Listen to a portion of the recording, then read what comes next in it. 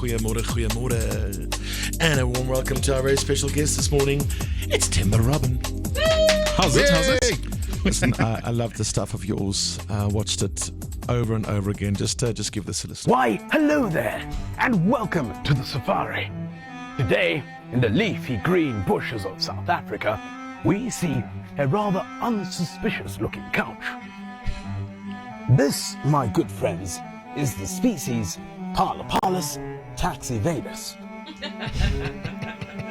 Much like any other premium couch, this couch offers a truly surreal experience. Surreal experience.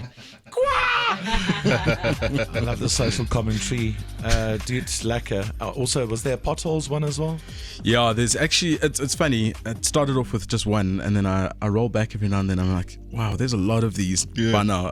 So yeah, there's a pothole one, there's one with robots.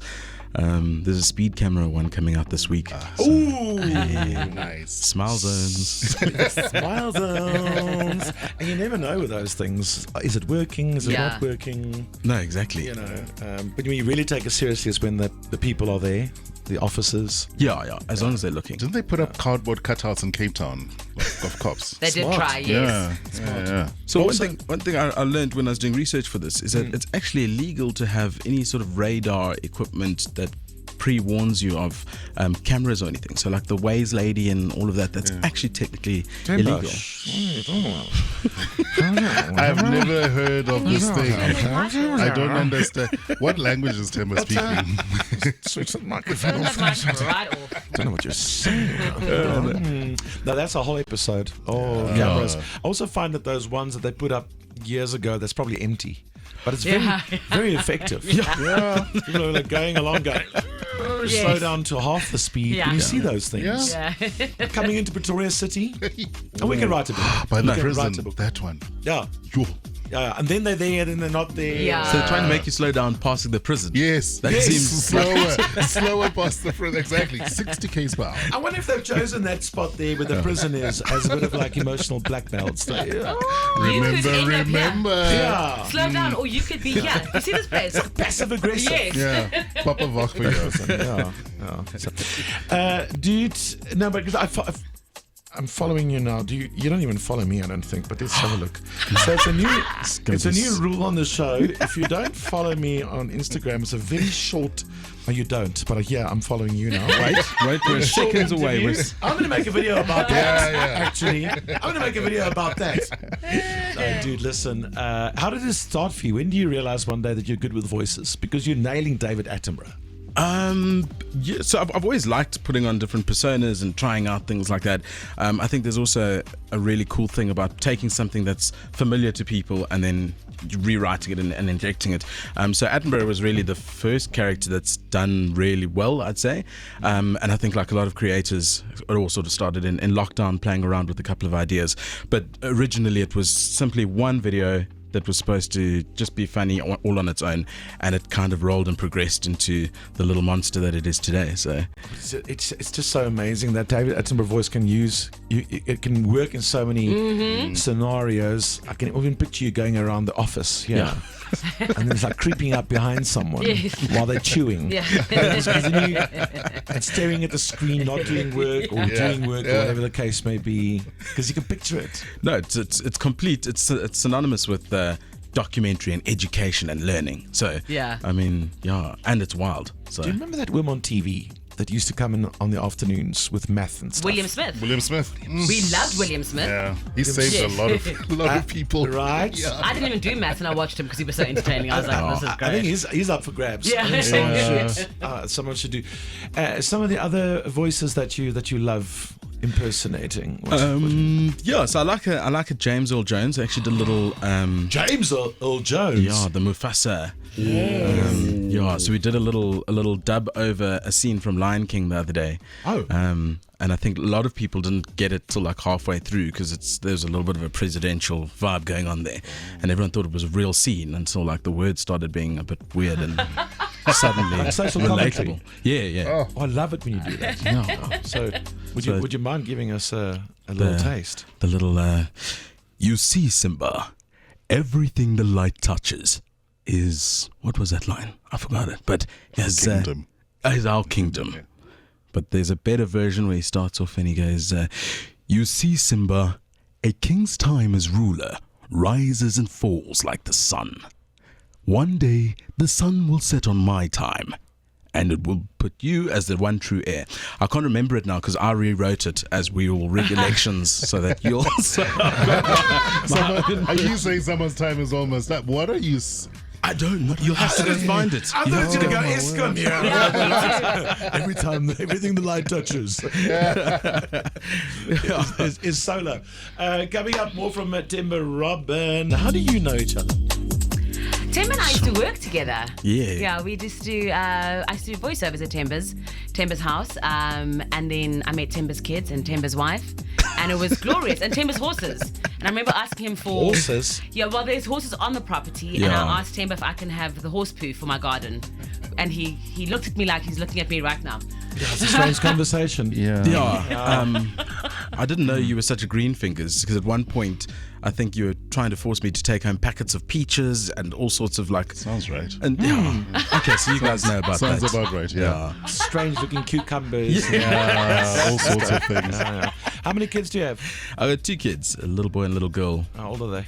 1 year old and... Actually, I keep getting that age wrong. My wife keeps looking at me funny. I think it's like 18 months and a 3-year-old. He just turned 3 last month. For the rest of us, you can just round it up Okay, or down. okay, cool. Just, Yeah. I want to put it out there. They're young. They're under 5. Yeah. It's a lot. I love your video talking about sick kids. Kids seem to be sick a lot. Yeah, constantly. And then do you not send them to school? Because now people go, no, I got it from the kids at school. But like, then don't send the sick ones, right? I saw that video of yours. I agree. Yeah. No, I think it's a weird thing where your kid has a bit of a sniffle, and my biggest gripe is my son will have like the worst night. We both look at each other, and my wife and I at 3 a.m. we go, he's not going to school tomorrow. And just last week we booked a doctor's appointment for 10 a.m. He insisted on riding his bicycle, his little push bike, balance bike, to the doctor's office. And then as the parent, you get there and you're like, I promise you, he was sick. Yeah, he was it's very embarrassing. sick. Yeah. Like, I don't want to be giving you my money for a snotty nose. Like, I know he was very sick. So that's the one side of it. And then the other side is like, he looks fine. He'll be fine. And then you get to school and then they look awful. And then all the other parents are judging you. They're like, why would you bring...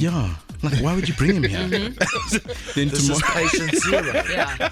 You've brought patient zero to school. Yeah. This is how it starts. Yeah, so it's a rough game out there. It's quite dramatic and it changes by the hour. No, exactly. And creches, ask any parent, if it is just a little cesspool of germs. It's a petri dish. It's a giant petri dish. Yeah, unfortunately, it's not just creches; it's schools as well. Yeah. Everywhere that children can congregate together is terrible. Children. But great if you want to be like a microbiologist.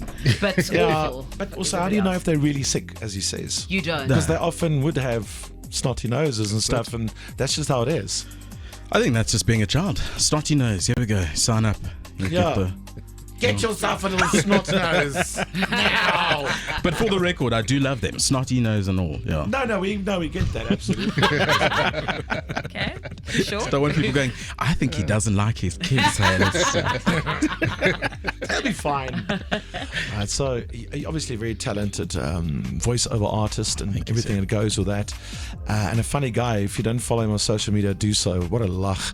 But you do more than just David Attenborough. You also do some other famous ones. Don't tell me who it is. Okay. We love playing games on the show. Yes. Testing ourselves. Give us one, and then we have to guess who it is. Would you? Let's try. Is it an actor or an actress, or what is it? Should we go? No, I think you'll know. You should. Hopefully. Oh, well, yeah. Okay. I hope no actresses speak like this, but yeah. Hey, Charlie, how long for those hot dogs? I just ordered me an Uber and it's taking way too long to get here. I know. Is that an action guy? Yeah. Oh, I think I know as well. Yeah? Who is it? You know who it is. You're Is right. it Jason Statham? You're right. Thank you, guys.